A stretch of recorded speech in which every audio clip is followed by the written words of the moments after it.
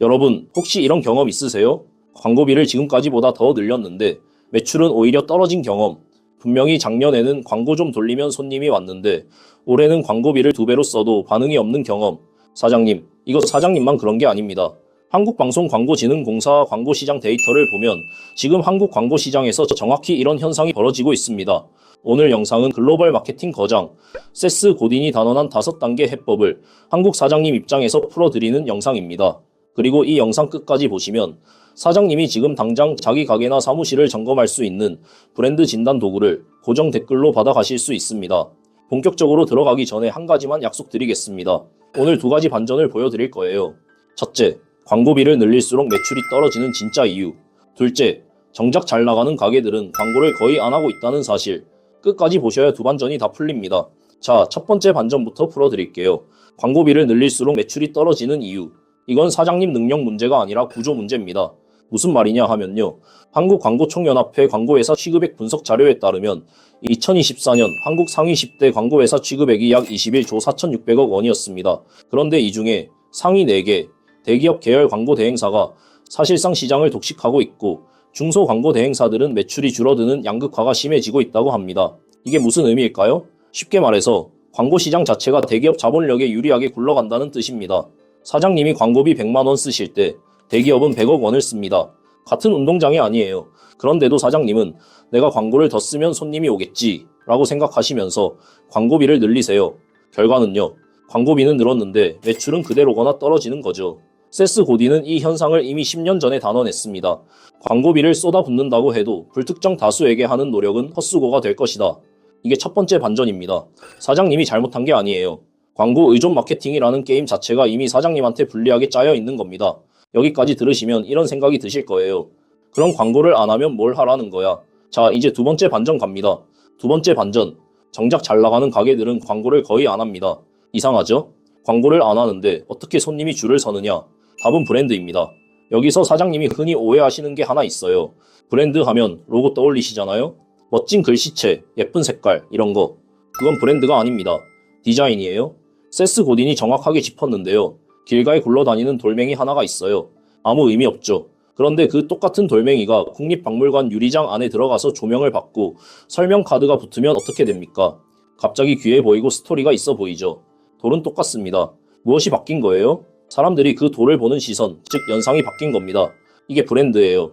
큐레터 마케팅 매거진 인터뷰 자료를 보시면 재밌는 사례가 나옵니다.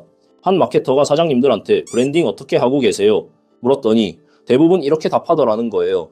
그건 대기업이나 하는 거잖아요. 저희는 작은 회사라서요. 그런데 이 매거진이 정반대 결론을 내립니다. 큰 기업은 오히려 브랜딩 안 해도 됩니다.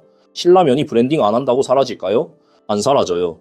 정작 브랜딩이 절박한 건 작은 가게입니다. 왜냐? 작은 가게는 자본도 없고 광고비도 없고 인지도도 없습니다. 그럼 무엇으로 싸워야 합니까? 사장님이 누구인지, 사장님 가게가 누구를 위한 곳인지 그 정의 하나로 싸워야 하는 거예요. 그게 브랜딩의 시작입니다. 예를 하나 들어드릴게요. 위시캣에서 운영하는 마케팅 매거진 요즘 IT 분석 자료에서 도넛 브랜드 노티드 사례를 다뤘는데요. 노티드 도넛이 한국에서 가장 맛있는 도넛일까요? 절대 아닙니다. 그런데 사람들이 줄 서요. 왜 줄을 설까요? 노티드 굿즈를 사려고, 노티드 캐릭터가 좋아서 그 분위기를 인스타에 올리려고, 즉 도넛이라는 물건이 아니라 노티드라는 연상을 소비하는 겁니다. 세스 고딘이 단언한 마케팅의 제일 원칙이 이거예요. 물건을 팔지 말고 믿음을 팔아라. 이게 2번째 반전입니다. 광고 잘 돌리는 가게가 이기는 게 아니에요. 손님 머릿속에 강력한 연상을 심은 가게가 이깁니다. 자, 그럼 사장님이 지금 당장 뭘 해야 하느냐? 세스 고딘이 5단계로 정리해줬는데 이걸 한국 사장님 버전으로 압축해서 알려드릴게요. 첫 번째 단계. 사장님 손님이 어떤 사람인지 한 명만 찍어보세요. 모든 사람한테 팔려고 하면 아무한테도 못 팝니다. 사장님이 가장 잘 응대할 수 있는 한 사람, 그 사람의 가치관과 믿음을 머릿속에 그리세요. 위핑레터 브랜딩 인사이트 자료를 보면 이런 표현이 나옵니다. 브랜드는 고객의 마음에 특정한 이미지를 심는 싸움이다. 그 특정 고객을 먼저 정해야 이미지를 심을 수 있어요. 2번째 단계. 그 한 사람을 위해 약간만 다른 걸 만드세요. 아예 새로운 걸 만들 필요 없어요. 이미 사람들이 소비하는 것에서 약간의 차별점만 두면 됩니다. 그릭 요거트는 다 있는데 짜먹는 그릭 요거트는 없으면 짜먹는 그릭 요거트를 만드세요. 3번째 단계. 손님이 사장님 가게와 만나는 모든 접점을 다 신경 쓰세요. 상품만 브랜드가 아닙니다. 사장님이 보내는 문자 메시지, 명함, 영수증, 상담 응대 말투, 손님이 사장님과 만나는 모든 순간이 브랜드 경험입니다. 네 번째 단계, 고집을 부리세요. 손님이 늘면 욕심이 생기죠. 다른 손님들도 받고 싶다. 그 순간 브랜드는 무너집니다. 세스 고딘이 단언했어요. 무리한 확장은 양쪽 다 잃는 길이라고. 사장님이 처음 정한 그 한 명에게 끝까지 집중하세요. 다섯 번째 단계, 진짜가 되세요. 사장님이 안 믿는 가치를 손님한테 강요하지 마세요. 한 마케터가 한 표현을 빌려오면 정신 공부하는 브랜드 상담 직원이 욕설이 습관이면 그 브랜드는 끝난다는 거예요. 사장님부터 진짜가 되어야 합니다. 여기까지 들으시면 이런 반론이 머릿속에 올라오실 거예요. 이런 거 다 좋은 말인데 실제로 작은 가게는 시간이 없어서 못한다. 맞습니다. 그래서 사장님들 댓글에서 자주 보이는 세 가지 반론에 미리 답을 드리겠습니다. 첫 번째 반론, 브랜딩은 대기업이나 하는 거 아니냐? 아닙니다. 큐레터 마케팅 인터뷰 자료에서 정반대로 결론 내렸습니다. 대기업은 브랜딩 안 해도 안 망해요. 신라면이 광고 끊는다고 사라집니까? 안 사라집니다. 정작 절박한 건 사장님 같은 작은 가게입니다.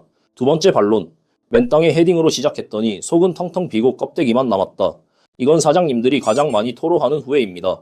처음에는 일단 시작했는데 시간이 지날수록 내 가게가 뭘 추구하는지 나도 모르겠다는 거죠.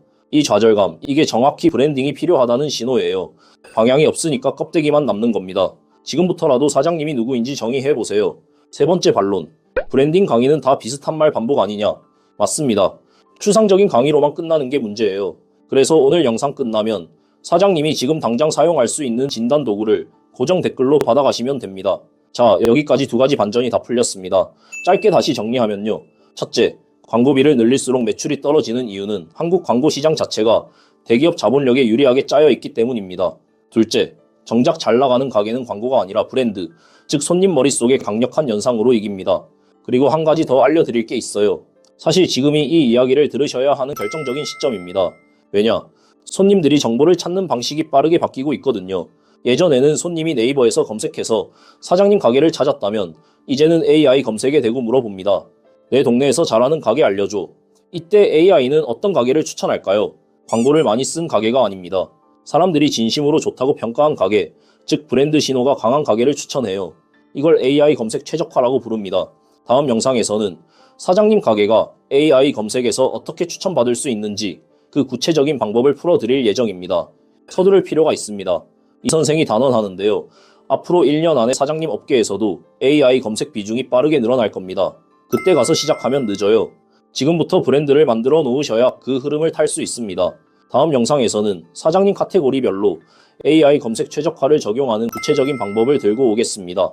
변호사, 세무사, 의사, 치과, 한의원, 자영업, B2B 모두 적용되는 원칙이 있고요. 카테고리별 차이도 있어서 그 부분을 나눠서 정리해 드릴게요. 마지막으로요.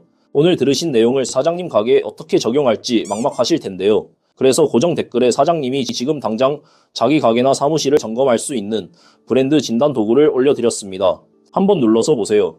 사장님 가게가 지금 어느 단계에 있는지 5분 안에 확인하실 수 있습니다. 오늘도 끝까지 봐주셔서 감사합니다. 저는 또 사장님 마케팅에 도움이 되는 영상으로 돌아오겠습니다. 여기까지 온라인 브랜딩 이선생이었습니다.